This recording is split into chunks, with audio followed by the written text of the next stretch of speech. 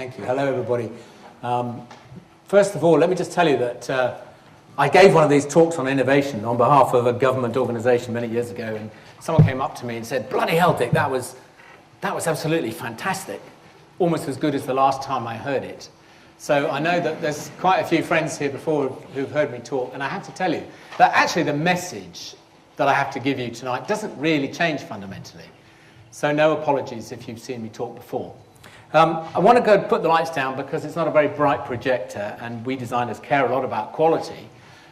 So can we do that?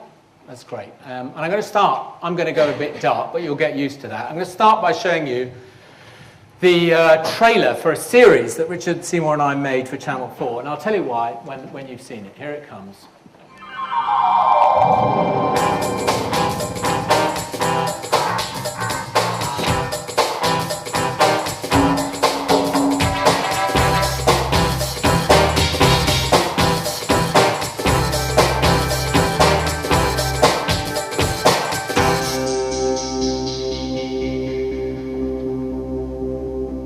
That series Better by Design, because we passionately believe that design is principally about making things better for people, you, me, your mum, your granny, your children, better too for business in terms of commerce, better too hopefully for the world.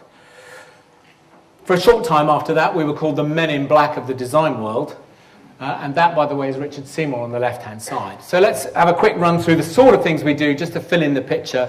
For those of you who don't know us, we design the kind of stuff that each of us uses every day of our lives, that affect how we live our lives, from the toaster on which perhaps you might prepare your breakfast, to the latest high technology in electronic paper, or not really every day, but business jets and helicopters, which people travel around in, to the case you drag behind you through airports, through the kitchen radio you might listen to the test match on, to the hospital bed in which sometimes regrettably you might find yourself lying, to trains that take you from city to city, to the most innocuous form of technical packaging for delivering mints reliably time after time, to more complex bits of kit which require more serious interaction and mechanism and usability and so on, to the vacuum cleaner with which you might have to clean your house, or the cooker that perhaps you aspire to own on which to prepare your meals, to the shower that you stand under,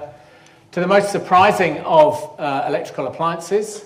Any guesses? You know what these are? Young lady, can you identify what those are? Yes, they are indeed sexual appliances for the Durex brand. Interesting story, because Durex struck a deal with Boots to put these kind of products into the high street, and then, regrettably, to coin an expression, Boots pulled out of the deal, which was a shame. To that most hated but most difficult of appliances, the steam iron. So that's a kind of race through what we do. We claim, as I think perhaps any decent design group should claim, to be very creative and very innovative. And today I want to talk to you about innovation, because I believe passionately that there is a strong link and a strong role for design in the innovation process within business. And that's what we as a business try to practice. Because the first thing that business has to do when it's thinking about innovation is to embrace the whole idea of change. And I think that the great majority of big businesses are rather like a jelly. They get really excited about innovation. It's a buzzy word. It's very popular. People talk about it, write books. There are even innovation consultants who go around and tell business how to do it. But just like the jelly, having got animated and excited about it, they wobble about a lot, talk a lot, do a lot, not do a lot, and they end up going exactly how they were before. I think in a more colloquial way of saying that, we say they're all fart and no shit. A lot of talk and not a lot of action. To be genuinely innovative, of course, as most of you know, you've really got to carve up the jelly and put it back in a different way, or look at it from a different perspective, and really be prepared to embrace change. Let me show you an example now of a company that couldn't embrace change. Here it is. I'm sure you recognize this boot, the famous Dr. Martens boot. This is a company that asked us to come and help them change what they were doing and create a new line of shoes. And having done a lot of work and changed aspects of their business, and we came to them with some really great concepts.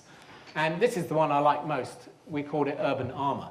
But you'll probably recognise in there what we now know as Crocs, injection moulded polyurethane shoe that went on to be hugely successful. But this business wasn't able to change itself enough. Even though it loved what this was, it couldn't actually do it. So the first thing we need is to embrace change. Let's now talk about this elusive idea of creativity. People talk about it, but what does it mean? And it's great for me to be back here in Kensington where I was at college, because when I was at the Royal College of Art, we used to talk a lot about trying to define design.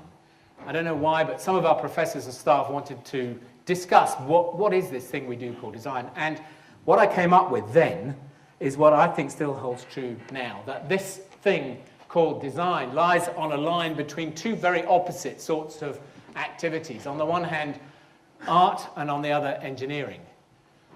Polar opposites, almost. On the one hand, it's industry, and on the other, culture. And if you think for a second about how people think, of course, this is left and right brain, it's very different at either end. Our artist friends are intuitive, emotional, subjective, non-linear in the way that they think, whereas engineers, the very pragmatism of engineering often has to discard the poetic, because it has to be pragmatic, it has to be practical, it's objective, measurable, logical, all of those things.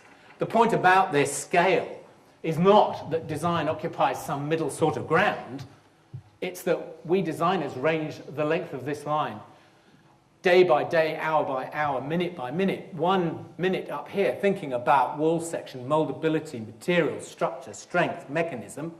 The next, we're at this end thinking about cultural issues, about aesthetic issues, about all of those emotional aspects of a product. And it's this, what I call bandwidth, this ability to range the length of this line that contributes to being creative. I don't think you can be creative if you spend your entire time doing this, looking at a problem like that. When we worked for Casio designing digital watches, they were so small that you had to blow them up 10 times to draw them. And you got so obsessed with the radius on that corner, like that, we used to call it ant. And you just cannot be creative if you get obsessed with that level of detail. By the way, as you probably noticed, I'm not very politically correct, so please forgive me. So, creativity. I think this process of being creative is analogous to some Taoist metaphysical theory, which holds first in the importance, the absolute importance of a great idea. Second, in building belief behind that idea. So what does that mean? It means sometimes you've got to raise money for it. Sometimes you've got to convince other people it's a great idea.